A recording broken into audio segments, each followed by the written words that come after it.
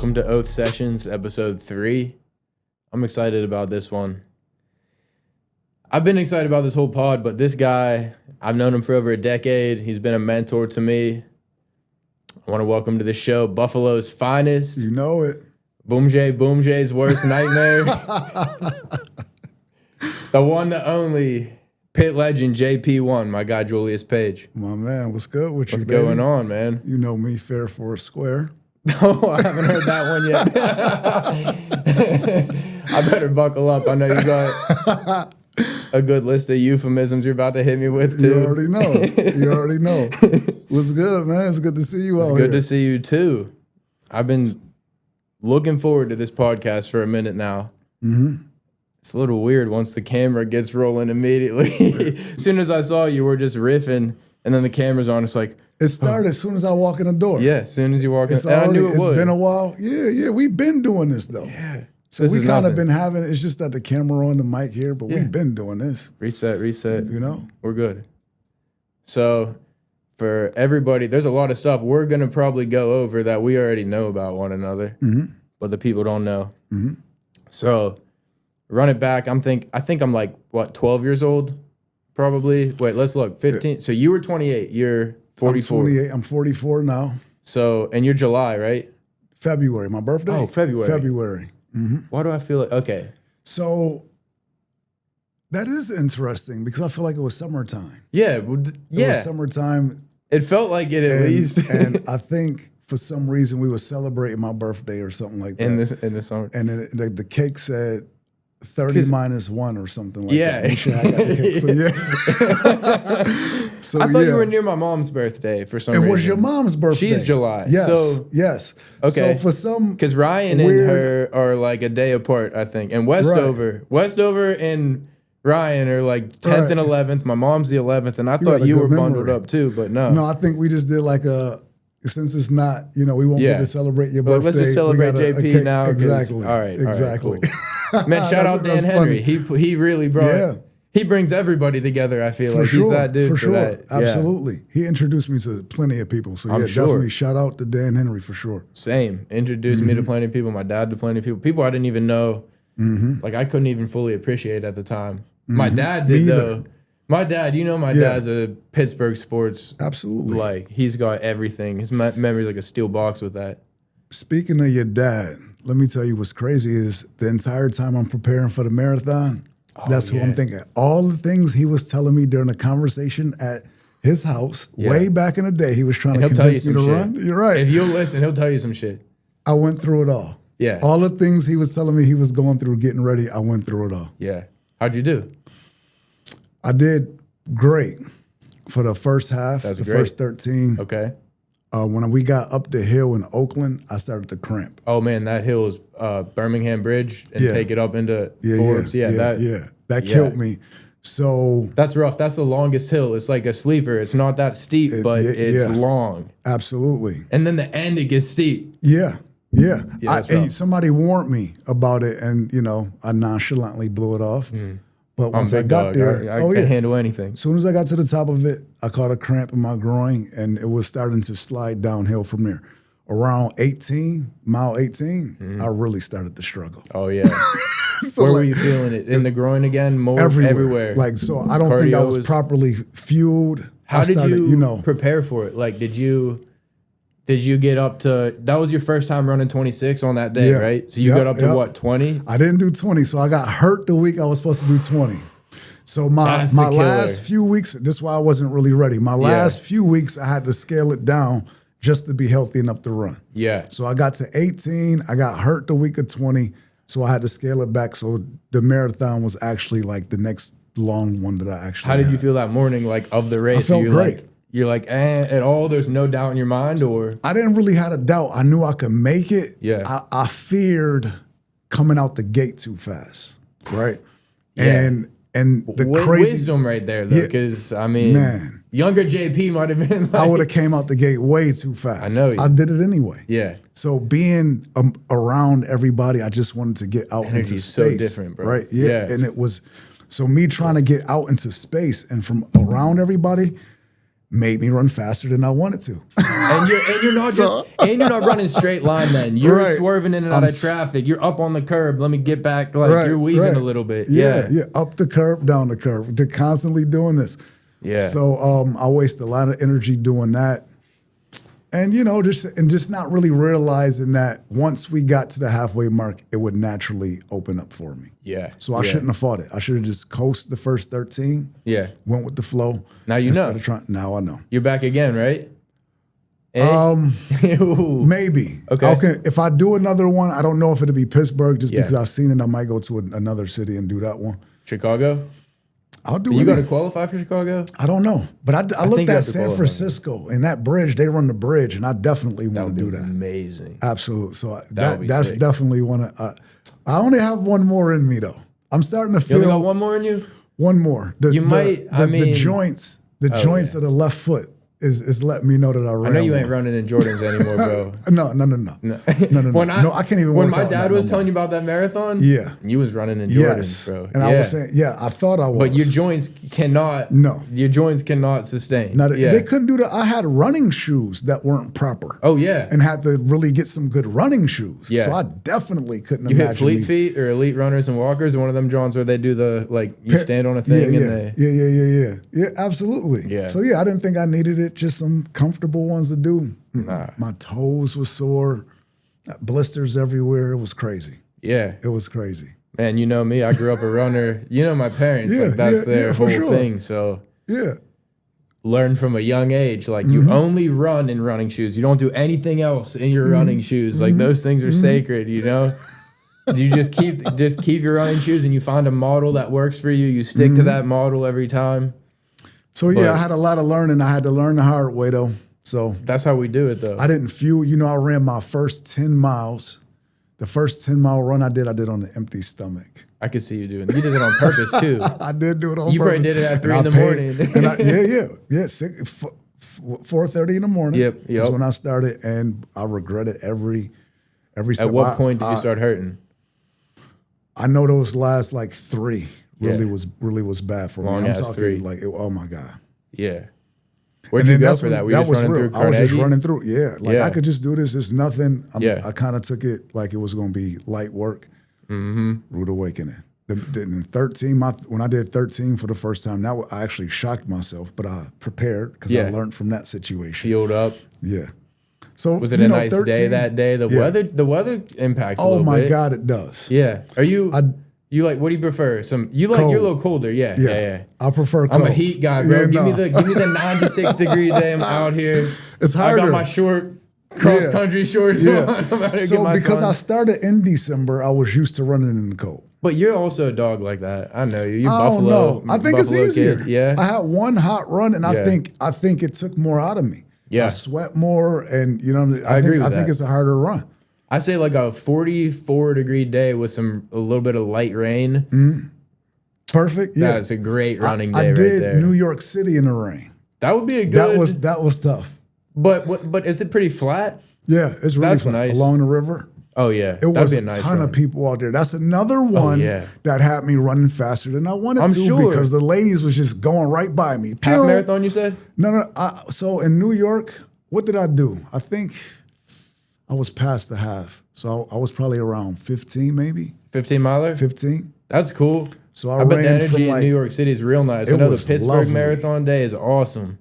Yeah. Oh, you got live music, people cooking stuff out with the barbecues and shit? It wasn't an organized run. So I just went out there. But it's so many people out there already running that it feels like you running one of those. Yeah. It really do. Yeah. And that's so many people are out there running, it's just something that naturally happened. As soon as a group of ladies go by you, pick it up. Keeping up somebody around 70 look like they passing me. It's come on, man, I gotta get it together right. So yeah, man, there be some people out there that you don't think should be beating you, and you're at marathon day, race day, for sure, and you see them, and you're like, oh yeah, respect, absolutely, yeah, absolutely, man. So my sister, she's living her best life out here right now. She's one of the most socially. She's so good socially. She got friends everywhere. She travels around. She's always got a friend in this place and that place. I always wanted to do stuff. Her and her close friend, they started putting a list together for marathons that they want to run around the United States. Really? But she lives in Nashville right now. And Nashville, have you ever been to Nashville before? Never. I've never been to Nashville. So we're going next weekend to visit her. 4th of July is going to be a great time. She did a marathon down there, and it was her first marathon. And I didn't know this, but she said it was worse than Pittsburgh, she said, in Nashville. Yeah. Really? I thought Pittsburgh would be like the one. Yeah. But apparently Nashville's was pretty brutal. Yeah. Yeah, no, I can't do the hills. So I that's another thing. Yeah. And it's not even going up. I could take going up, going down. Do you have any surgeries in your past? Nothing that would affect me running, really. Yeah. Exactly. You know what I'm saying? And but I didn't expect going down to be. That's the worst part. Yeah. Well, it is, because going up, you're like, real. I can dig and get it. No impact on the joint. It's just dig deep. Especially after those miles. Ooh-wee. I know. Ooh-wee. I know. So yeah, that's something that really caught me off guard. You know. You do any sprint training nowadays? I know you had me running them hills back in the day. I'm afraid. You know, I'm gonna pull muscle waiting to happen. You gotta get with your boy, bro. I get you prepped for sure and ready to go. Please, please, because I'm trying to really hoop without worrying. Bro, me too. Like right now, I got the ACL. Did you know that happened to me? Last July, I tore this shit playing 3-on-3. Clean tear. I heard it pop. I knew immediately. Ooh. Went down. Like I knew immediately. Surgery in September. About 2 months ago, I got back to a full sprint, sprinting. And it feels great. Honestly, I don't think I got back to doing athletic shit because it healed. I think it started to heal because I started doing the athletic stuff again. You know what I mean? For sure.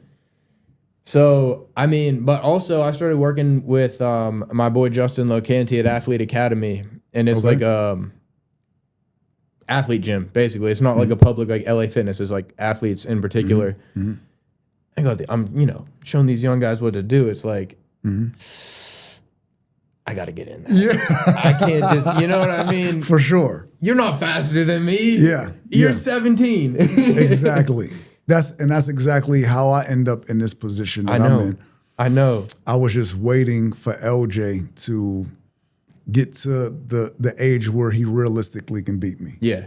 So I've been just lunching, on the couch, telling him what to do, knowing that I was like the final boss. Yeah. And then I set it up for him to beat me, knowing that I inevitably had to get in shape in order to really put him through the kind of workout that I really want to put him through. So he beat me best of 7. He disrespected me when he did it because I went up learned from the 3 games. For sure. So I went up 3 games to 0 because he can't really, we playing best of 7 and, a fresh me, he's still going to have trouble with when I'm fresh. Yeah, absolutely. The thing was, in that 4th game, he checked it up with a smirk on his face, like, now I'm going to start playing you for real. He just and I'm thinking, dog-walked you around the ring for a little bit, bro. Who do you think you are to, like, play? Who does this kid think he is? He chess matched you, bro. Exactly. That's what I'm thinking. Like, this dude think he could just turn it on and off with me. Was there any thought in your mind of like, oh man, he might have been smart about this? And then game 4, check it out. I told him in order to beat me, he would have to wear me down. Yeah. So I have told him, like, let's make it long for sure. But can you execute it? So here I am now. I'm 1 game away from winning. Yeah. So I'm catching my breath. The 4th game, you pretty he much wins give that him one. Game 4. Gave him 4. Like, I'm gave taking a him break. 5. Ooh. Didn't want to go to 7. So I'm trying to win 6. But he's really playing for real now. Yeah. This means something to him, bro. This means a lot to him. For sure. Yeah. And I'm gasping for air. It's harder to make the moves now. And it was just... You get some steals on you? Or you missing shots because you're tired? I'm tired. Yeah. But more so what's deflating at the time is I'm playing solid D and he's just making all of the shots. So I'm near for the contest. Yeah. Well, he's just knocking it down. Point, bro. He's not missing shit right now. He tastes victory at this point. Like So, right. And when you win now in our house, whether it's Monopoly, Uno, no matter what it is, you got to give them the... Okay, so after he wins, discount double check. He just look at me and go, right? So, and you know me, so I'm tight, I'm hot. I was like, okay, I'm gonna get in shape. Yeah. So that was the beginning of me losing the weight. I lost since then 40 pounds. I was like 230 then. I got down to 185. 230? I was 230. Then I got up to 240. I lost the 10. Bro, I was ain't seen you already in a losing. minute. That's what I'm saying. Yeah. Last year, around probably like April is when I started. I was 230. And then I see December, Kanisha post a picture down. of you at the beach. Yeah. I'm like, I'm who's back. Kanisha with? Oh, shit. Oh, my. That's the OG. For sure. Yeah. Shit, bro. I Giving feel me a so run for much my better money, too. JP, out here. I'm only a buck. Like right now, I'm 195. Yeah. Right now. I haven't But been you're not this hitting since- weights, you said. You're doing, it's all body weight shit. Push-ups. What else you doing? Pull-ups, just all that burpees. I run, I'm actively just training him. So through that, I'm doing some of the basketball drills. I'm doing all of that. Yeah. I'm just afraid to really sprint because of my flexibility. I'm not trying to get hurt. Basketball doesn't require straight line sprinting, really. Until somebody think that I can't get that still right there. Yeah. And then when I go for it, lazy then you learn. pass. Yeah. And I instinctively go for it. Yeah. So it's always that. Or I need to get to that spot to get to the angle to make the pass. I'll instinctively try to get there, and then I end up pulling my muscle. So, before the game, that happened to you on the Henry Street, bro. You were racing someone. I seen that. Racing Perry. Yeah. I've done it twice. Racing Perry, once in New York, once in front of the Henry. So it's always trying to get to that extra gear. Yeah. I have, and then so it's now that I've right? done it, high hamstring, all of it. All of it. I could do any of them. The calf. I don't stretch properly. I don't warm up. You know what I'm saying? I used to walk in the gym as a youngster with the Timbs on, jeans, and windmill that thing. I never had to do. And they would tell me, if you work on your flexibility, it'd be that much. You would be crazy. Yeah. But you couldn't tell me anything as a youngster. I know. So that's why I'm better as a mentor, because I was the hard-headed one.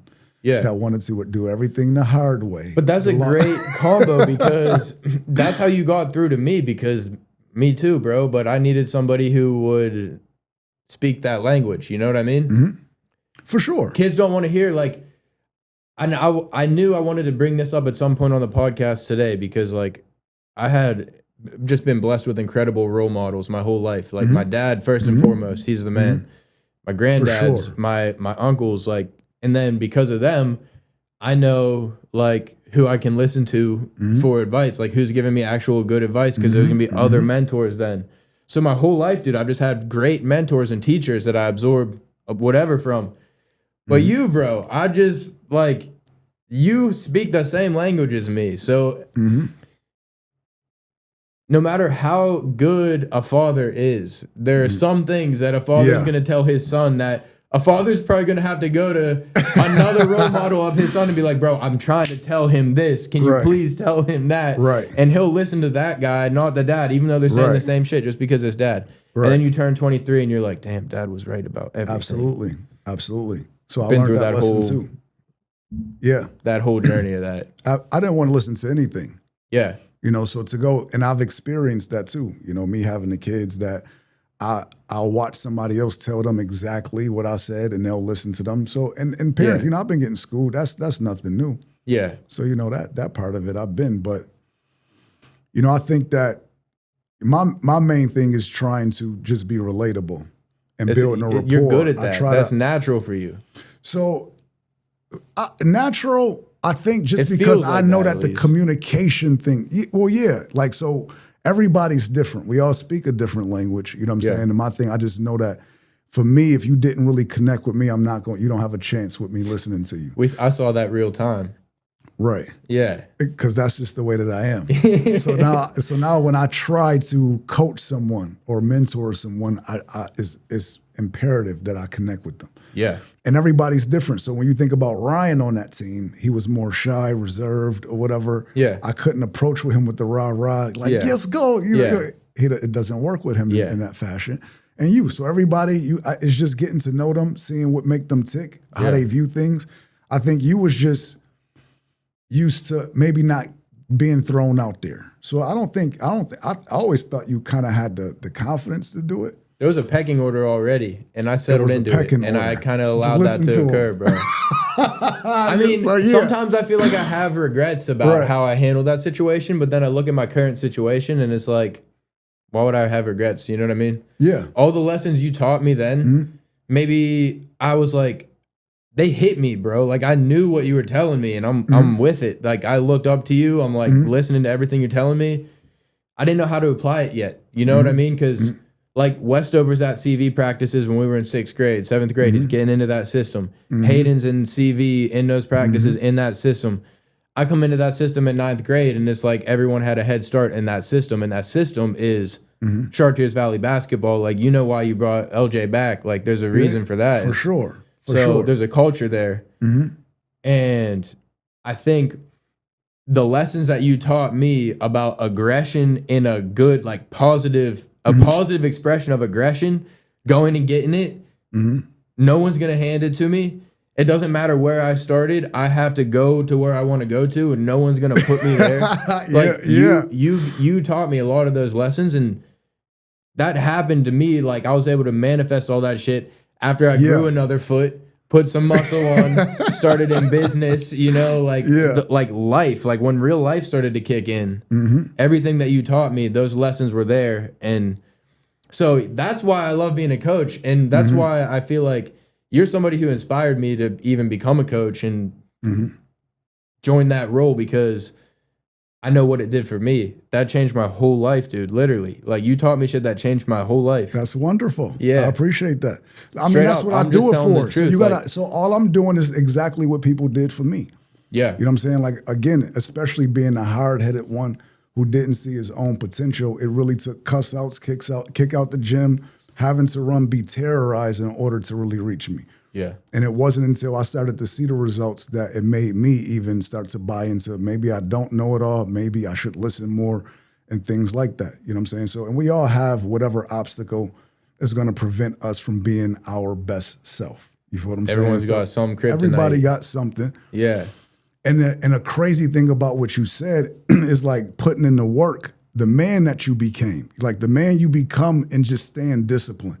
And knowing that I could go hard and still be short of the goal. It's in you learning how to go hard and put the work in. Without the outcome dependence. Forget the outcome. Yeah. Exactly. Forget the outcome. Yeah. Just go out there and do it. Yeah. And live with it. At least you could live with the fact that I gave it my all. Yeah. When you got I should have got up earlier, or I should have put more work in, or I should see that. Those are the regrets is hard to live with. I can't live with those. Pain right there. You know what I'm saying? So even with me now, is like, you know, people think I'm weird for not charging when I train. And it's like, nobody charged me to train. Yeah.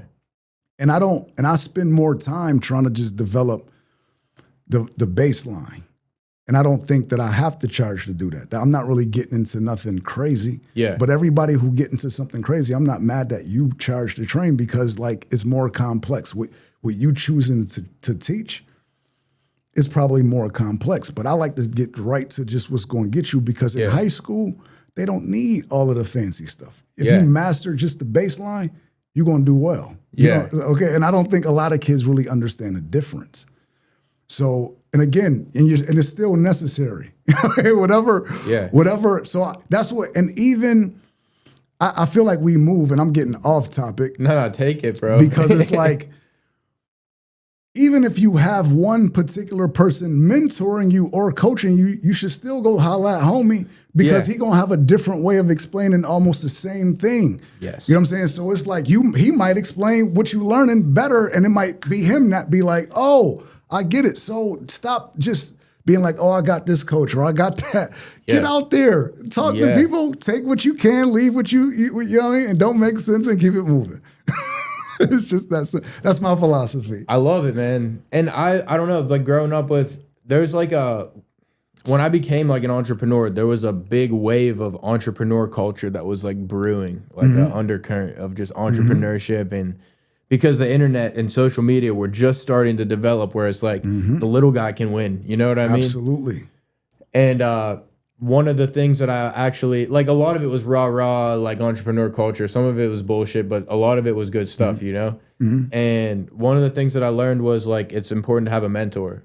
But for me, I'm here and there. I'm doing a lot. I don't know if I had, like, one singular mentor, but I had a lot of mentors. And everybody who I'm interacting with, I'm trying to learn something from. You can learn something, good or bad, from every person that you interact with. So... yeah, I mean, a lot of people are looking for an apprenticeship or like one singular mentor to build on what you're saying. Like, just be open to learning all the time. The learning element, I think, in you saying, because you said rah-rah, the rah-rah and the learning. So hearing you say those two things, I feel a lot of people is looking for the mentor to say something that's going to spark the fire. It's not, that's the rah-rah we talking about. Like, sure, you do need a positive attitude and motivation to move, but it can't be based on that, because on the days you don't feel good, that means you're not going to do nothing. And it can't be that way. So the discipline got to just be in there, that no matter how I feel, I got to keep moving forward. Yeah. And that's what's really, the mentor is just really giving you, like, look at, usually all of mine kind of just told me, like, look at, you like, from being in both situations, and this is how it played out for me, usually they say something that I don't even get right away. Yeah. And I don't really That's how it get it until I get to the obstacle. And then I recall what they told me, and I realize that I've been hitting this, and they've been telling me this all this time. Oh, yeah, man. Or, you know what I'm saying? Yeah, I know exactly. We have the same way of learning. So, yeah, right. I know exactly what you're saying. Sometimes your brain hasn't, the dust didn't settle, is what I call it, right? So you still need time for the dust to settle. So constantly just being in the work. Yeah. So you've been making the move, messing it up. It ain't that you ain't really listening. It's just that it might have taken 200 reps for it to all sink in. The muscle memory that what he said kicked in, and now you got it. Okay. You need to do it once to feel it, and then you're like, that's what he's been trying to tell me this whole time. Right. But you have to feel what it feels like to do it right. Exactly. So hearing it is only one element, and doing it is the other element. So you can't be mentored out of the mistakes. Yeah. You know what I'm saying? It's still going to happen. The mistakes they're there. Yeah. You know, the actual physical activity, you got to put that into. And I think I've been paralyzed from that too, feeling like, I read the book. Oh, now I'm better. So here comes success. Yeah. Well, you're intellectual too, bro. Like you use your brain a lot. So it'd be easy to get. I feel like you could have two modes too. Like if you get in bookworm mode, like you're deep in that. But then there's go mode, JP. There's like two sides. You're what do they call you? You're a layer cake, bro. You got for sure. Layers to you. For sure. But I know, at least for myself, like, my job, my life is very social. Very, very social. You've always been a social butterfly, man. I always have been. And getting into training people, it's like I work with one-on-one clients. I got athletes. I do group sessions. Like, I might get to the end of the day, and I've been out of the house a whole day. It might be like 9 o'clock. And it's like the next day, bro, socially, I feel like I'm cooked. But I need like maybe a morning of doing some computer work or something, like getting me just like bringing me back down a little bit.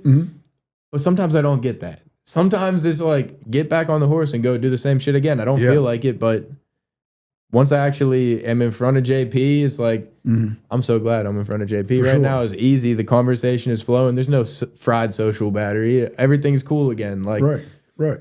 But you just have to do the act sometimes. I think like just. The hardest part is taking that step out the door, or like with running in particular, like putting the damn shoes on. That is you put your running shoes on. It's like I used to get nervous before races, not because I was like afraid of the outcome, but because I'm like, I know this is about to hurt for a half hour at least. Like but then you get lost.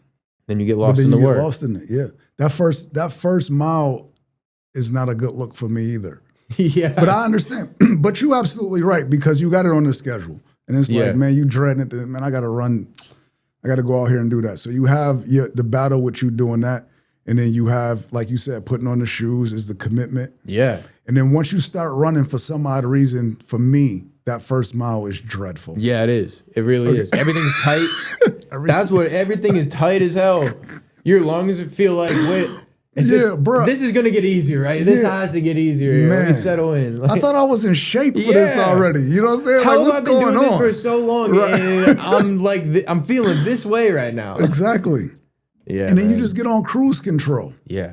And then you go through different, and even so, it's almost like what we talking about. Even on that run, that's why I can't believe that people been calling me a runner, and it's like I run one marathon. I'm not a runner. Okay, but the thing is, I've learned in that time of training and doing the benefits of it, and I kind of fell in love with the mental war I have with myself. I know that because that's all. So I feel everything that you gonna feel everything during that run. The ankle situation that you had, the knee, the emotional shit you're going through, all of that. Yeah, your mind is constantly here, there, and you got to learn how to control that. You can't live with yourself for a long period of time. All of it. It's just live you with and yourself. you. Exactly. So it's a great. I know it sounds like everybody else, but I learned a lot about myself just by running, by going through that process, and how often I want to quit. How during this run, how often, and just going through the cycles. You could literally be running and be like having an issue where it's like you feel like you almost limping through it. And then right after that goes away and you cruising and you just running through that thing effortlessly. Yeah. And then find yourself right back into what the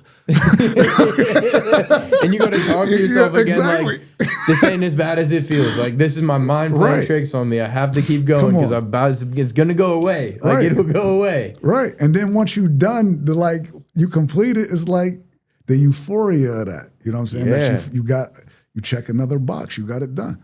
You see the people at the finish line of his race day, and you're like, all of a sudden, the other thing about that too, and this goes for like, I know you played football growing up as well, right? So you've been in the weight room, everybody's screaming at each other, you're doing your max deadlifts or whatever, everyone's screaming. That.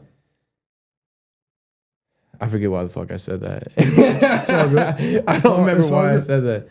Oh. Deadlifts, the weight room, playing football. Energy. When you go to war alongside somebody, like whenever you're suffering alongside somebody, the bond that you build is different than if you go and have a beer with your boy. Like absolutely. Like to actually put yourself through something alongside somebody, that friendship is way, way stronger than just chilling. Yeah, see, you done threw me a lob that people ain't gonna like. Let's hear it. But this is what we're here for. I'm glad you said that and you used the beer analogy because I used to be the partier, go hard or go home, baby. You know me. If you know, you know. And you would do both. All right. So work hard, play hard. Absolutely. And what I learned from giving myself a significant amount of time away from doing that, which it was just a decision that I decided to make, it was the best decision I made. I'm not lecturing nobody. You do you. Have your fun. I have my fun. Have your fun. Yeah. But what I will say is, I learned that was a shortcut to what I was actually looking for. As a feeling or what? Just in general. Whatever I was trying to accomplish, that was supposed to be the shortcut there. The running, the reading, all of the harder things that feel boring is more authentic than the beer. Yeah. The beer is the shortcut to try to get to whatever I was looking for, whatever you want to call that. It was a shortcut which don't really work in life. You feel what I'm saying? Yeah. So it'll keep you in the loop. I learned correct. I've learned to just embrace because I never thought I could do it, to be honest with you. Yeah. But I really feel like how I felt before drinking. Before ever drinking, I was able to have fun without drinking. Yeah. Once I started drinking, I felt like I would never be able to have fun without drinking. Yeah.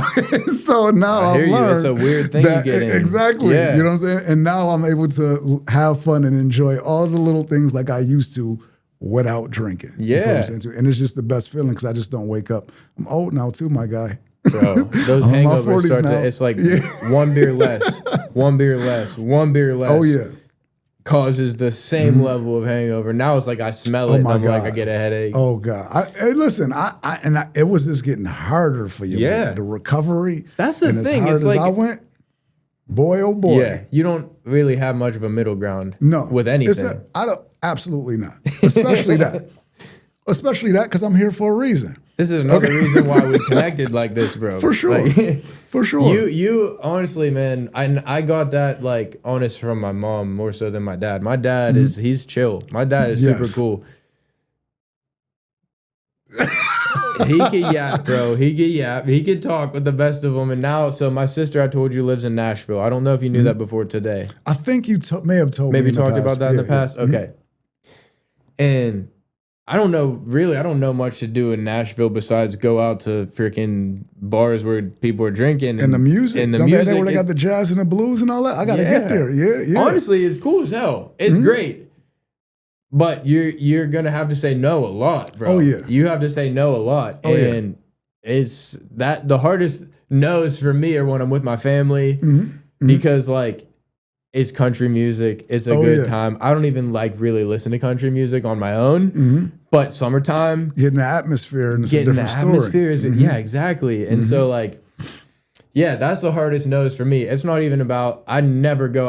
The worst thing, like I can't believe there was ever a period in my life where I would like text them the group chat with the boys. It's like we're going to Southside tonight. Like like we were all pumped and fired up about it. That is so far from anything that I would want to spend my time doing right now.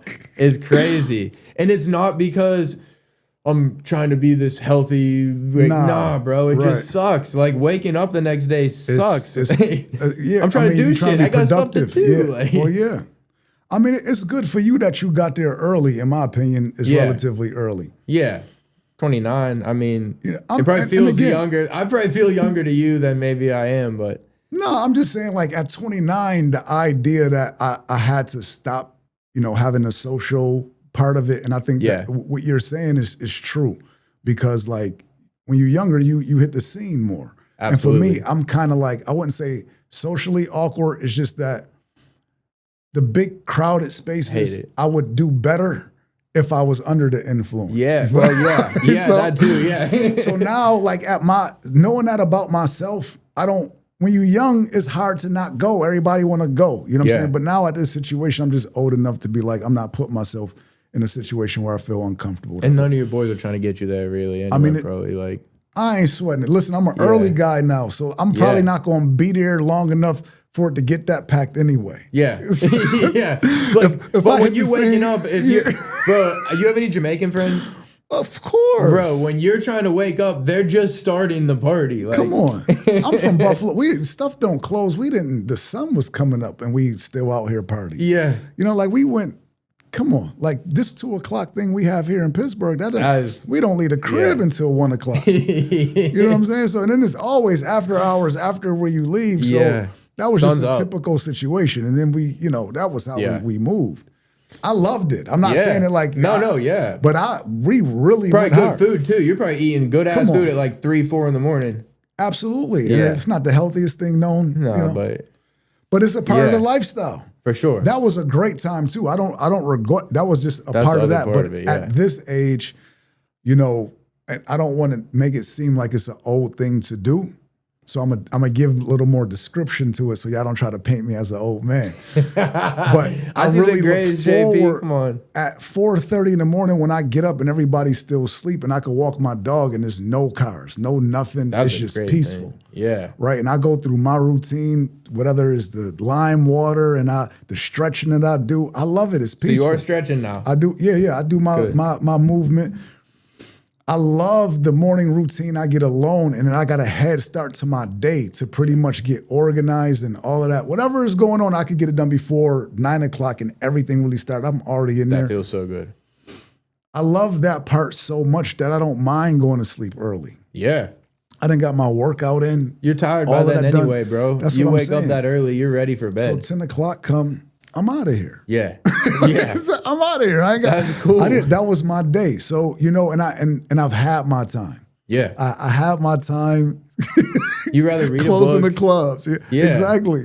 So I'm with you, bro. It is what it is. But you young. That's the thing. Like at me, I hope. I'm not saying that you got to be there because I'm here at this time, but I'm just saying for you to be a younger gentleman, listen to what I'm telling you. They was telling me to have these habits. If you want to get to where you ultimately trying to get to, it's going to be like going to bed early, getting up, reading. Those going to be the things that get you there.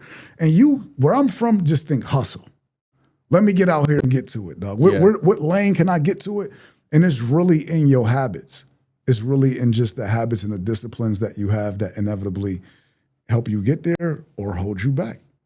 And it took me forever to do that. It took me, I was swimming upstream for so long. So you were just outworking everybody because you didn't have the best habits, but you were just going that hard and a sprinkle of natural ability in there. and some persistence. older guys that are looking at you like, this is what you do, right? Like you better stick to that and do that. But like, okay, so I know your story growing up. People not everybody watching knows your story growing up. So how did you, like, I mean, if you could give me your quickest version of your story, like without hitting every single thing, but give me a good like 10,000 foot view. Okay. From like 10-year-old JP, so tell me where you're at and how'd you get to where you are? Lucky for me, I grew up in the reality of the streets. I grew up in the reality. I think some people grow up and in the reality, they start to maybe admire it. I grew up in it, so I never admired it. I never did, because I was already, since I was young, I was already, through people getting shot in my family, through people having issues with substances and stuff like that, I was already seeing the negative situation from it. So I never wanted to be out there. I was always trying to figure out a way to dodge that.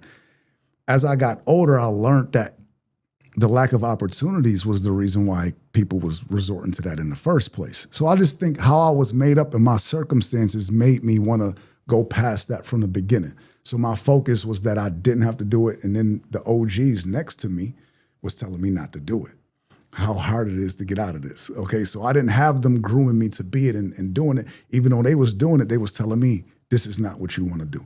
So my thing is, now that I have this opportunity of them looking after me in that way, a little bit of stability, I moved with my grandmother. You add those things together, I'm inspired to change this. I felt responsible. They looking out for me to do this, let me make it. Yeah. So that I can, so they at least didn't do it in vain. You feel what I'm saying? So I was dead serious. I was dead ass serious. I'm not going to take it for granted. Yeah. My grandmother's struggling with the 2 jobs. My uncle is out here making the ends meet, okay? Whatever she can't get, he got it. Yeah.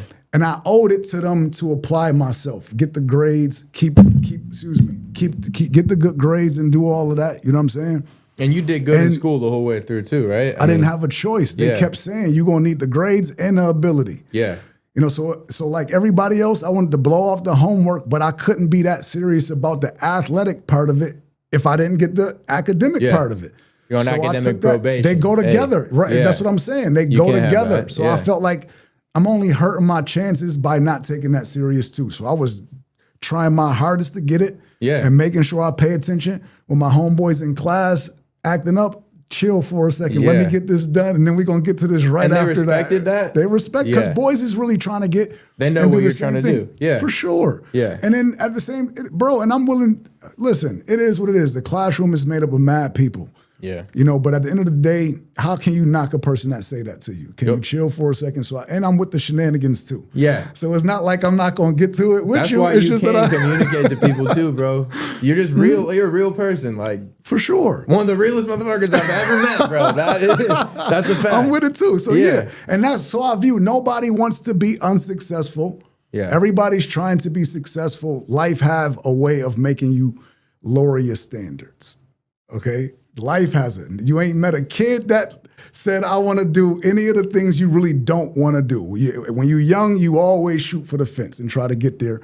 And then life has a way of making you lower that bar. That's a great way to put that. Okay, and for a lot of different reasons. It's not just one reason, for a lot of different reasons.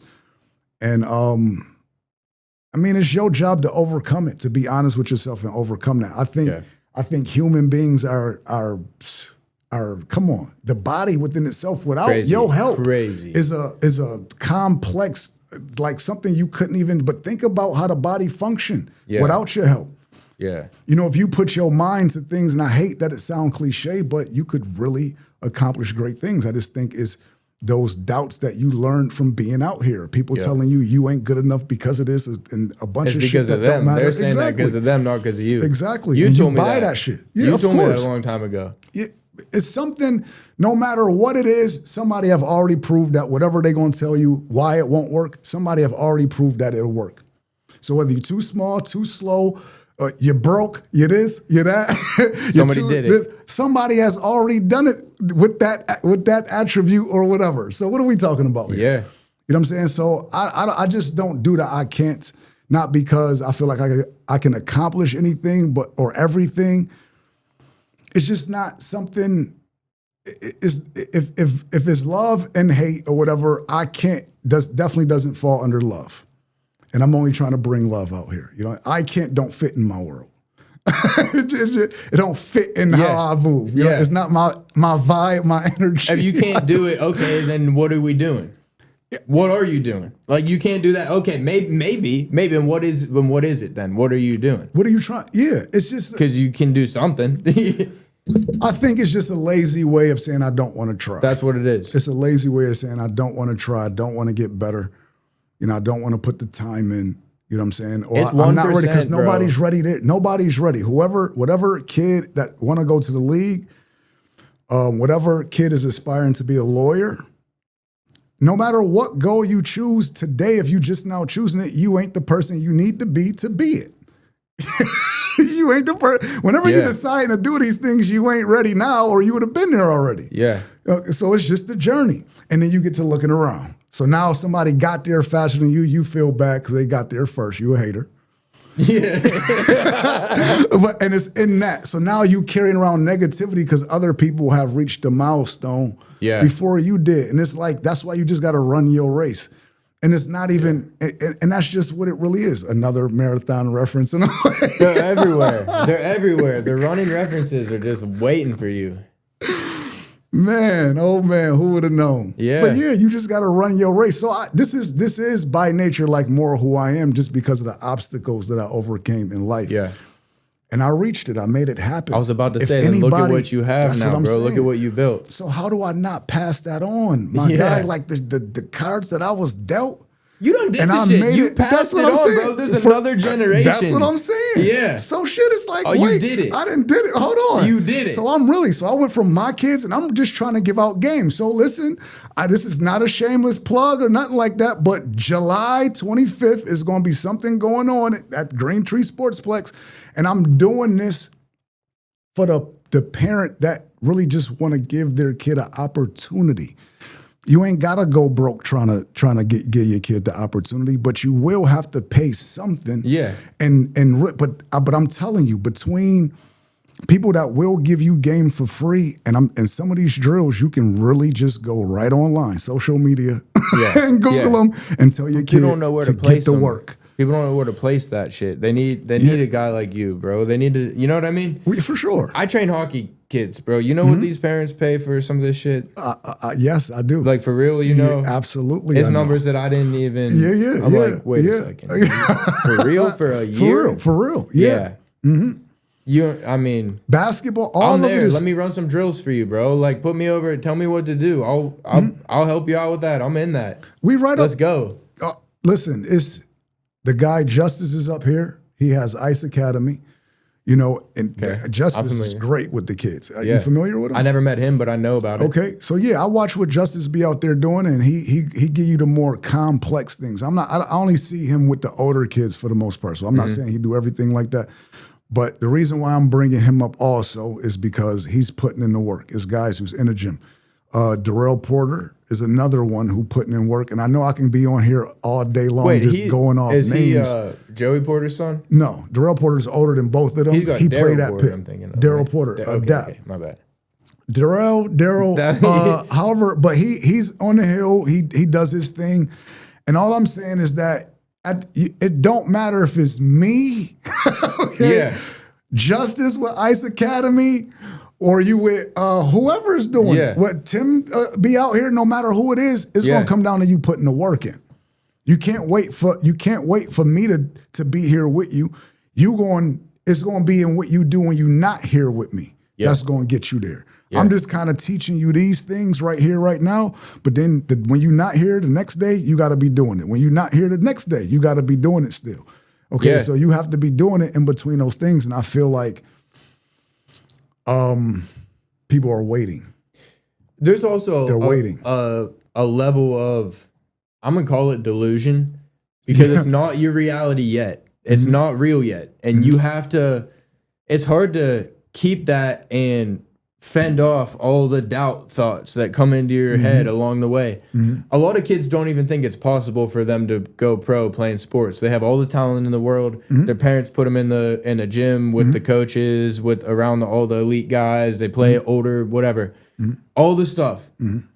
But the kid doesn't believe that they can go professional with it. It's not even in their worldview of possible. You know what I mean? So Scared. they act like that's a pipe dream. That's for somebody else. That dream is for somebody else. That's not for me.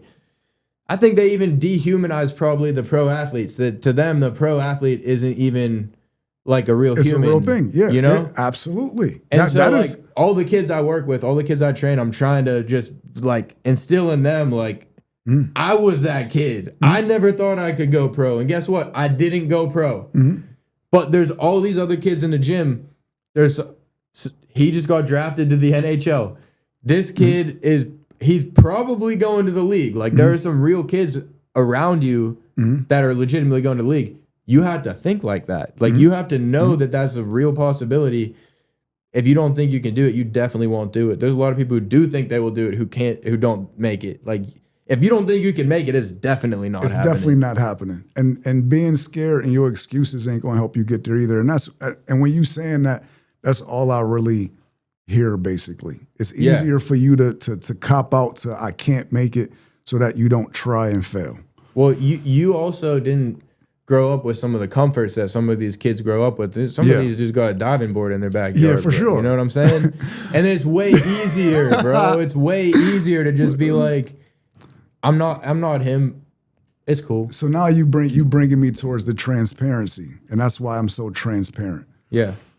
Because it's not that somewhere down your ancestry somebody didn't go through something as traumatizing as I did. Yeah. Or let's call it wasn't starting from the bottom. Let's call it that. Let's call it starting from the bottom. Somewhere in your ancestry, even if you got the diving board in your background, you have somebody who had to get the ball rolling. Okay, and when you're there and you have the diving board in your backyard, you just have to remember that at some juncture, it took generations for y'all to get here. It might have been your pops. And that you don't want to be the generation to trick it off. Okay? You don't want to be the one to give it all away and to blow it all because your nonsense and your habits, you want to appreciate that, whether it was daddy, granddaddy, or whoever had to go through X, Y, and Z for you to be here. And that's just it. I feel like it's really easy. I've been there to be in a position where your feet is up and you kind of just wasteful or have no true appreciation. Yeah. I don't know how I became that, but I did. Yeah, well. But nevertheless. Bro, I mean. Nevertheless, I was young. You know, you when you're young and you have not, you get the dough, you're going to act a fool. Yeah. Okay? So let's keep it real. Okay. Yeah. I had my fair share of moments where I look back and be like, man, what was I thinking? You got the wisdom now, bro. But I inevitably was going to trip over that because, you know, your life philosophy, everybody should write down what their life's philosophy is. And at that time, that was one of the agreements that I had, that I thought it was valuable to be in the mall every weekend, buying the shoes and the clothes and going out and buying the bottles and doing all that. That part of my philosophy said that was making it. You're in the middle of all of it. That's what that, yeah. You're just in it. That shows that I made it, right? Yeah, yeah. So now that same thing is still cycling through culture, bro. For sure. Yeah. And so now I tell the youngsters, I just did yesterday. I'm driving. So not only am I coaching you, but I'm hitting you with some gems from time to time. What I learned so I got a car full of youngsters who are in high school now, and I say, hey, what year did the first pair of Jordans come out? And then they hit me with the year. What was Nike's stock cost back then? So they hit me with that. So how many pairs of Jordans do we have? And then they hit me with that number. So if I bought the Jordans every year from the day that the year that they came out until now, how many pairs of J's would I have? And how much would it cost me? Boom. How much would the stock be worth? If I instead of buying the shoes, if I was buying the stock instead, how much would that be worth? And then Alex was in the back and was like, "Oh my God!" Yo, light bulbs. Everyone saw light bulbs going on in the back. He was like, "That is crazy, right?" So that's interesting. So he's still in the back. He pondering on this now, like, yo. And that's the thing. And he's a Jordan fan too now. But so now I was like, yeah, I'm sure if you ask your dad, can I get the stock instead of the shoe? Because Nike ain't going nowhere, by the way. Oh, yeah. 20 years from now, they still going to be here. So I don't know. If you want to try it out, you might thank me later. That might be one of the best stocks you could buy nowadays, honestly. I mean, you got to, people can buy their Jordans, We'll be bro. here for another 3 hours talking about diversifying this and why. Don't just get Nike.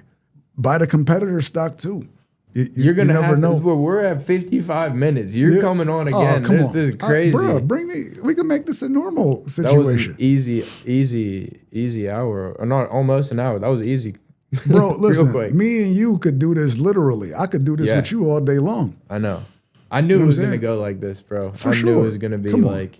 We've done this. What I'm telling you is this is my young guy, Sam, right here. He's one of my very first like generation of young guys who I felt like I'm a try to be for them with so many guys from, and I don't really want to name drop, but it's like the perfect opportunity to really not only pay homage to people that really impacted me, but how important it is to mentor. But I'm blessed to have like, man, should I do that or should I not do it? Let them know, bro. Come on. It's a shout out, right? It's appreciation, right? These are your guys. So from Dr. Marks, okay, I had Nick Hoban, I had Norman Childs, I had Curtis Aiken. You know what I'm saying? And that's just 4 guys. I could be here forever. You know, Barry Horse and Slice. And I'm telling you, whether it's talking about relationships, whether we talking about marriage, whether we talking about business, I got dudes that's old enough to be my father. You feel what I'm saying? Who I can call and they'll give me game just like that. You know what I'm saying? So I'm blessed to have had guys really mentor, grow me. Yeah. You know what I'm saying? And I wouldn't be the guy I am today, definitely without them. I mean, they see something in you, though. I know this, like, now that I'm a coach, you're going to pour into the guys who are the coachable guys. There are some guys that are not going to be receptive to what you're teaching them. And there are some guys who, I mean, they got to see, as a coach, you have to see something in the person that you're trying to teach it to. You have to connect with them, like you said. Yes. And you have to trust that they're going to do something good with what you're teaching them. Like, otherwise, because you're not going to waste your breath on guys that are just going to, that don't care. Yeah. And so, I mean, the other part of this too is when you're talking to these guys about buy the shoes versus buying the stock, you're cool. They're going to listen to you. You're cool. Like, you're somebody to look up to. I'm telling you, you can be modest. So culture, you don't even have to answer to this, but you're cool. I hear what you're saying. I don't disagree. I don't disagree, but I will tell you this. I agree with you. Culture is still going to lead you far further than my words is going to lead you. Yeah. And if you don't, and I'm going to try to break it down. Emotions over logic. People are following emotion, not the logical decision. Whatever you've been groomed to be, you're going to be that.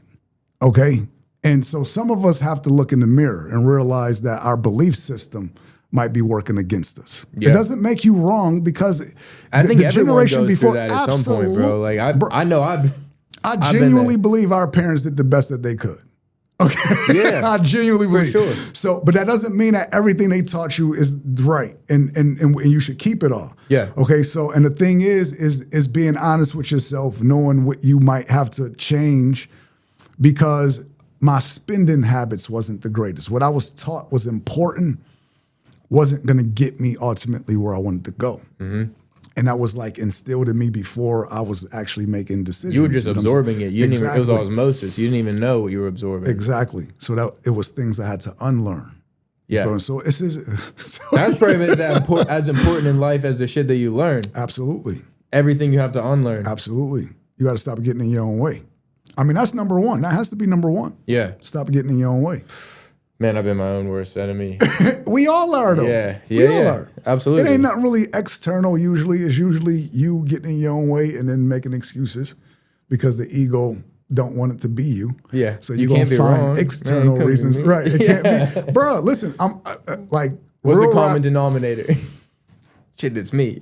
I have made more progress, and this is just the facts. This is just the facts. The fact is, even in that, when I decided to stop drinking, I realized that I became instantly more productive, which means I was carrying weights like just carrying them around. And it wasn't that I wasn't functional, like I said. It was just that I wasn't operating at my best. Yeah. I was literally sometimes going through the hangover situation, doing work, like dragging through it that way. You're like, oh, even damn, as an athlete. maybe I'm a little drunk today. Like, even as an athlete. I know. So, And especially in college, I'm sure it's like real easy to oh my God. get caught up in everything. You're the man on campus. Yeah. College life is already geared towards partying. Absolutely. And you're that dude, so like obviously partying that was temptation is inevitable. going to always be there. And I wish, and just bringing that up, that is one of my biggest regrets, is that even though we had so much success, how much better would we have been if we just wasn't really acting like, it ain't my responsibility to put nobody else shit out here. I'm only going to speak for myself, you know what I'm saying? Understood. But in regards to me, I definitely shouldn't have been out here doing some of the shit that I was doing. I hear you on that, man. I'll let the rest of those guys tell their own story. Learn from other people's mistakes, bro. Don't learn. You don't have to go through it. We're telling you. Without a doubt. All right, our time's pretty much up. I have more shit I wanted to talk to you about, but there's no way we can't even get into it right now because it'll be another 25 minutes. So it'll be another hour. Literally, it's all good. But I'll come back next time, bro. Thank you. Without a doubt. I really appreciate it. I know you're a busy guy. You're my guy. Come on, man.